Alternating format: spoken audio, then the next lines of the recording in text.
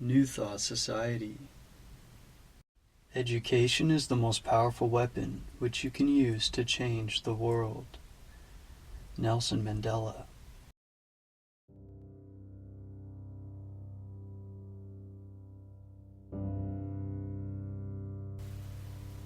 A History of the New Thought Movement by Horatio W. Dresser, 1919. This book is in the public domain. Preface. For several years there have been a demand for a history of the liberal wing of the mental healing movement, known as the New Thought. This demand is partly due to the fact that the movement is now well organized, with international headquarters in Washington, D.C. Hence, there is a desire to bring its leading principles together and see them in their unity, and in part to interest in the pioneers out of whose practice the present methods and teachings have grown. The latter interest is particularly promising since the pioneers still have a message for us. Then, too, we are more interested in these days in tracing the connection between the ideas which concern us most and the new age out of which they have sprung. We realize more and more clearly that this is indeed a new age. Hence, we are increasingly eager to interpret the tendencies of thought which express the age at its best. In order to meet this desire for a history of the New Thought, Mr. James A. Edgerton, president of the International New Thought Alliance, decided in 1916 to undertake the work. For it seemed well that someone should write it who has not been identified with any particular phase of the movement, either as teacher or healer. As Mr. Edgerton was not directly acquainted with the early history and the mental healing pioneers, he asked me to write the chapters about Mr. Quimby and his followers.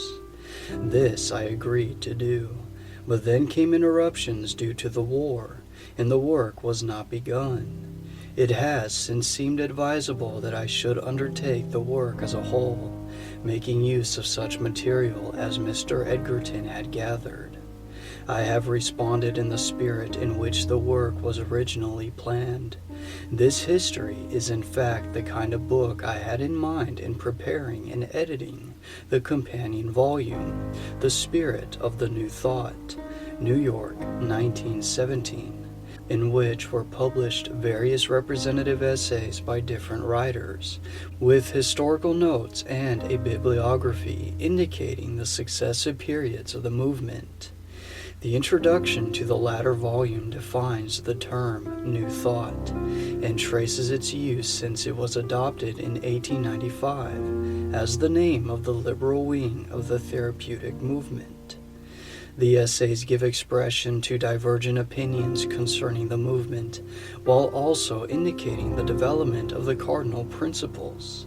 In the present volume, I have taken the definition for granted, and have assumed that the reader is interested to turn directly to the early history. This history might disappoint some readers if they had made up their minds that it is necessary to look into the far past and discover ideas in India, in ancient Greece, in the Middle Ages, which resemble the therapeutic ideas of today. But this venture has been tried by several writers in recent years and has led to merely general results. This interest in the past could be developed endlessly. The objection would be that there is no actual historical connection, no explanation of the modern movement. Still, others have undertaken to explain the New Thought by interpreting it as an expression of the liberalism of the 19th century from a point of view so general that all the distinctive characteristics of the movement have been lost in the effort to claim too much for it. The tendency is to attribute to the New Thought far more than can with historical accuracy be claimed for it. The New Thought, as matter of fact, is only one of many liberalizing tendencies. It may be regarded by itself, just as in other connections one might follow the history of Unitarianism, the philosophy of evolution, or the rise of Spiritism. All these studies would be interesting and valuable in their proper place. Only in recent years has the New Thought become distinctively a liberalizing movement, with churches and other organizations devoted to this work.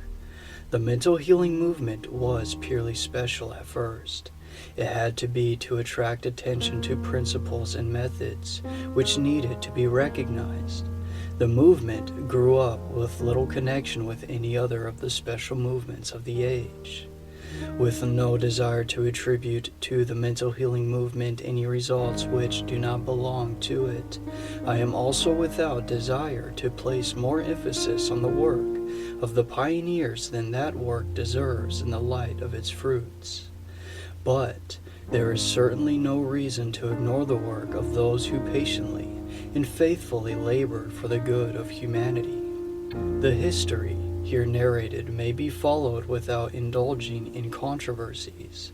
The early history especially is based on a study of the manuscripts, books, and practice with the sick of the leading therapeutists. I have enjoyed the personal acquaintance of those who aided Mr. Quimby in the more important years of his work in Portland, Maine. I was also acquainted with Reverend W. F. Evans, the first writer on the subject, and have known most of the leaders of the movement save the newer teachers and healers. The main facts on which a controversy concerning the origin of the movement might be founded were long ago published in The True History of Mental Science by Julius A. Dresser, Boston, 1887, and no one has ever been able to dispute the authenticity of these facts. Selections from Mr. Quimby's manuscripts were incorporated in The Philosophy of P. P. Quimby by Annetta G. Dresser, Boston, 1895. Therefore, people have had opportunity to judge for themselves concerning the type of thought and the value of the teachings for which Mr. Quimby stood. I have since gathered the more permanent portions of these two books and added other matters of historical interest in Health and the Inner Life, New York, 1906. Accordingly, I have assumed in the present volume that the reader takes the true history for granted and is ready to turn to larger things. The devotee of a special interpretation of the New Thought might still maintain that the historian is of a certain persuasion, and that, therefore, the personal equation should be taken into account. This is true, for every writer has a point of view.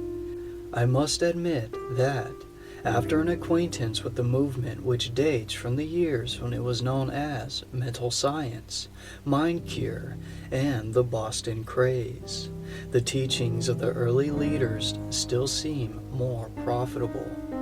But why should a history ever be written unless we hold that there are ideas of value not yet recognized in their true worth by the world? If there are truths for the new age that surpass some of the later claims put forward in behalf of the New Thought, let us by all means try to grasp and apply these truths.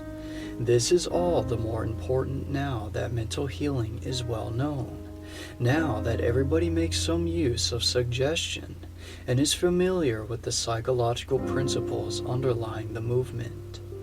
What remains to be done is to pass beyond the more popular ideas and estimate the spiritual principles. See in what sense the New Thought is in very truth an expression of the New Age. Therefore, the point of view of this history is that true history is analysis.